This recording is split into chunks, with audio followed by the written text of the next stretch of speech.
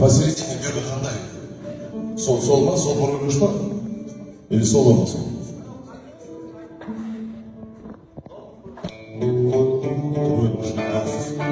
Orada da sol alıyor.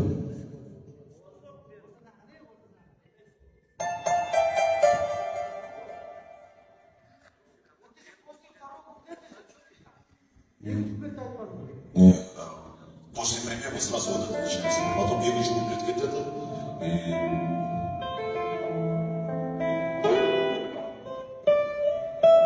Ну ладно, конечно, кто пробуешь какая-то закон, просто я должен знать, да, это?